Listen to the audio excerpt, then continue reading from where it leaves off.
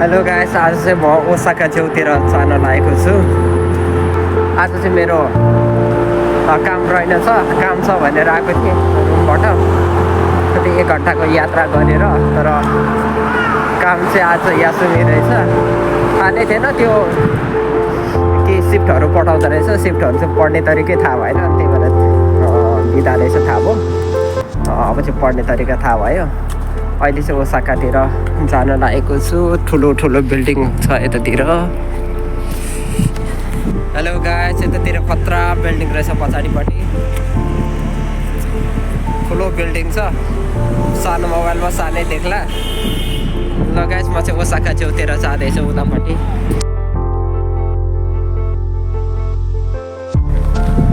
ल गाइस, रमाइलो रहेछ यो ठाउँ। ल गाइस, फाइनली ओसाका क्यासलमा आइयो।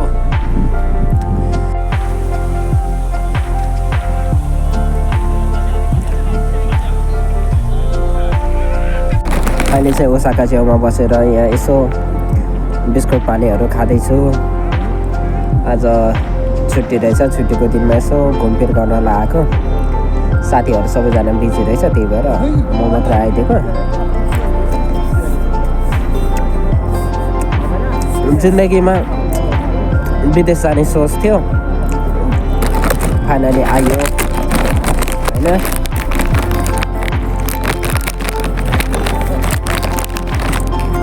धेरै दुःख गर्यो जिन्दगीमा।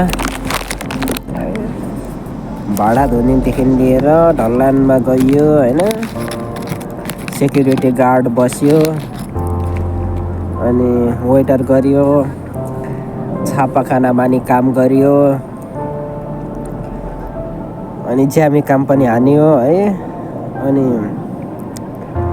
टिचरको काम पनि गर्यो हल्का।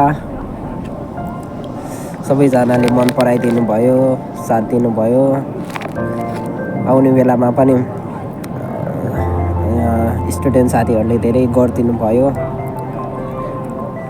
एकदम कस्तो होइन, मनमा छुट्टै आनन्द लाग्छ। त्यो सम्झेर आँसै आउँछ है। म जस्तोको लागि पनि होइन, त्यस्तो गर्यो होइन। फाइनली जापान आइयो। कन्सल्टेन्सीले पनि धेरै सहयोग गर्नुभयो। सरहरूले केही सम्बन्ध थिएन, तर पनि विश्वासले चाहिँ त्यो कन्सल्टेन्सीको डिस्काउन्टहरू दिनुभयो। अनि यसो आउने बेलामा खर्च हालिदिनु भयो होइन। 50,000 हालिदिनु भयो। त्यही भएर आएको छु। दाइहरूले पनि, मैले कसैसँग मागेको थिइनँ। ओहो, ज्वाइँ जान लाग्नु भएको छ, भाइ जान लाग्नु भएको छ भनेर सबैजनाले हालिदिनु भयो। अनि सजिलै तरिकाले चाहिँ आइयो, नत्र त गाह्रै थियो नि। फाइनली आयो। अहिले चाहिँ त्यो ओसाका छेउमा आएको छु। रमाइलो रहेछ ठाउँ चाहिँ। पछि पछि आइफोन लिएर खिच्नुपर्छ है। अहिले चाहिँ यो फ्रीको मोबाइलबाट भिडियो रेकर्डिङ गरेर यसो रमाइलो लिइरहेको छु। ठिकै छ, रमाइलो छ। काम चाहिँ गाह्रो छ। 8 घन्टा खट्नुपर्छ काम, बस्न पाइँदैन। एकदम भिड हुन्छ पसल चाहिँ, होटेलमा हो। 1 घन्टा चाहिँ अनि आराम दिन्छ। 8 घन्टामा टोटल 9 घन्टा भयो। एकदम थाक्छ। अनि बेलुका गयो, खाना पकायो, नुहायो, सुत्यो। केही गर्ने फुर्सद हुँदैन, पढ्ने पनि फुर्सद हुँदैन। अनि साथीहरूलाई चाहिँ भन्छु नेपालबाटै पढेर आउनु होला। अब यता चाहिँ अब नपढौँ भने भाषै बुझ्दैन, भाषा नबुझेपछि गाह्रो। अब पढौँ भने थकाइ लाएर हुन्छ। अलिअलि चाहिँ पढिरहेको छु। त्यो जापानिज भाषा चाहिँ होइन, त्यो किचनभित्रको चाहिँ मसलाहरूको नामहरू, अनि कसरी चाहिँ पकाउने, अनि त्यो पकाएर दिने परिकारहरू कसरी चाहिँ सेट गर्ने, ती बारेमा चाहिँ पढिरहेको छु। भाषा पढ्ने फुर्सदै छैन। त्यही भएर नेपालमै पढेर आउनु होला।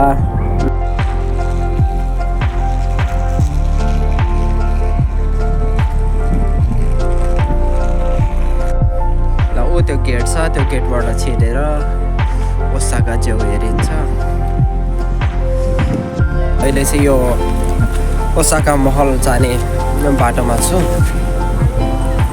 ठाउँ चाहिँ एकदमै राम्रो रहेछ। अब भित्र चाहिँ अब फ्री छ भने चाहिँ गइन्छ है। अब पैसा तिर्नु पऱ्यो भने चाहिँ त्यहीँबाट फर्केर आइन्छ। कमाउन आएको कहाँ धेरै खर्च गरेर बस्नु। अब पछि धेरै कमाइयो भने चाहिँ गइन्छ।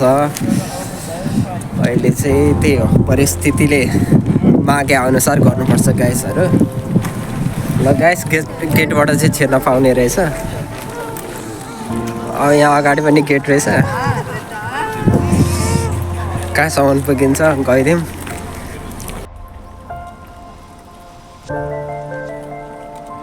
ओसाका क्यासल चाहिँ सिधा छ।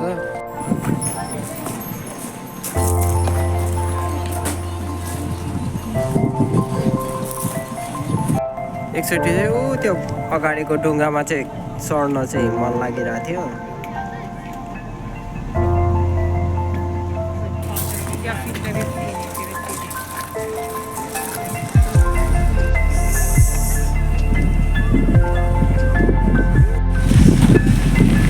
ल गाइस यो टेम्पल होला सायद होइन। मान्छेहरू प्रे गरिरहेछन्।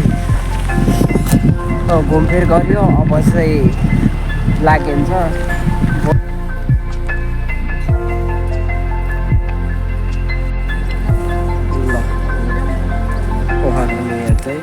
Et là-bas, t'avais mis ici, là-bas, ici aussi Je sais pas, je l'ai pas comme elle parlait avec vous.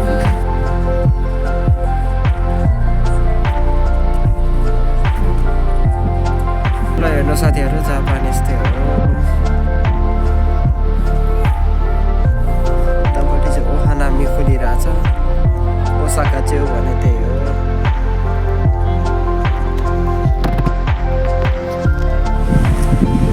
ल गाइस ओसाका च्याउ पनि घुमियो। रमाइलो रहेछ ठाउँ चाहिँ। अब चाहिँ गेटबाट बाहिर निस्केन लाग्छु। मुरियो फ्रीमा रहेछ। यहाँ पनि दामी रहेछ भ्यूहरू।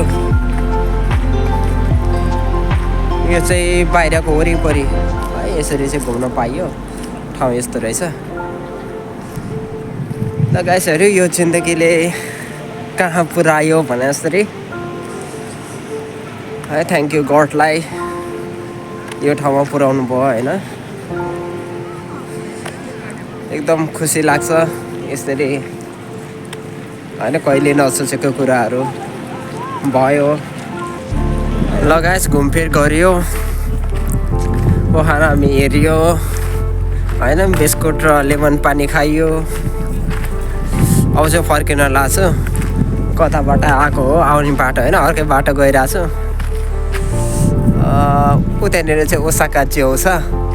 त्यतातिर नि अघि घुमियो। पछाडिबाट चाहिँ त्यस्तो देखिने रहेछ। अनि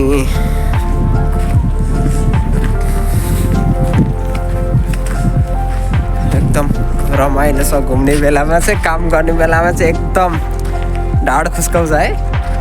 ठुल्ठुलो बिल्डिङहरू छ है। खतरा बिल्डिङहरू छ। यो मोबाइलमा चाहिँ खासै राम्रो देखिन्न, तर पनि काम चलाइरहेको छु। बिस्तारै आइफोन लिनुपर्छ। एकदम फोटो खिच्ने भिडियो खिच्ने फोटो र भिडियो खिच्ने चाहिँ यसो चाहना हो। त्यही भएर यसो लिन मन लाग्छ। लगाएछ ओसाका च्याउबाट नि बाहिर निस्केँ। छिरेको अर्कै ठाउँबाट थिएँ, निस्केको अर्कै ठाउँबाट निस्केको छु। अहिले चाहिँ यहाँ ताल लिएर छु। ताल यस्तो छ। ठाउँ चाहिँ एकदम रमाइलो लाग्यो। एकदम भिडभाड। त्यो म बस्ने घरको एरियातिर चाहिँ खासै भिडभाड नहुने। ट्रेन अनि फेरि यस्तो ओसाका च्याउतिर चाहिँ लास्टै भिड हुने रहेछ मान्छेहरू। अब घर फर्किँदैछु। बाटो चाहिँ थाहा छैन कहाँ कताबाट जाने के हो। चार्ज पनि सकिन लाग्छ। ल गाइस आजलाई भ्लग यति नै। पछि भेटौँ ल।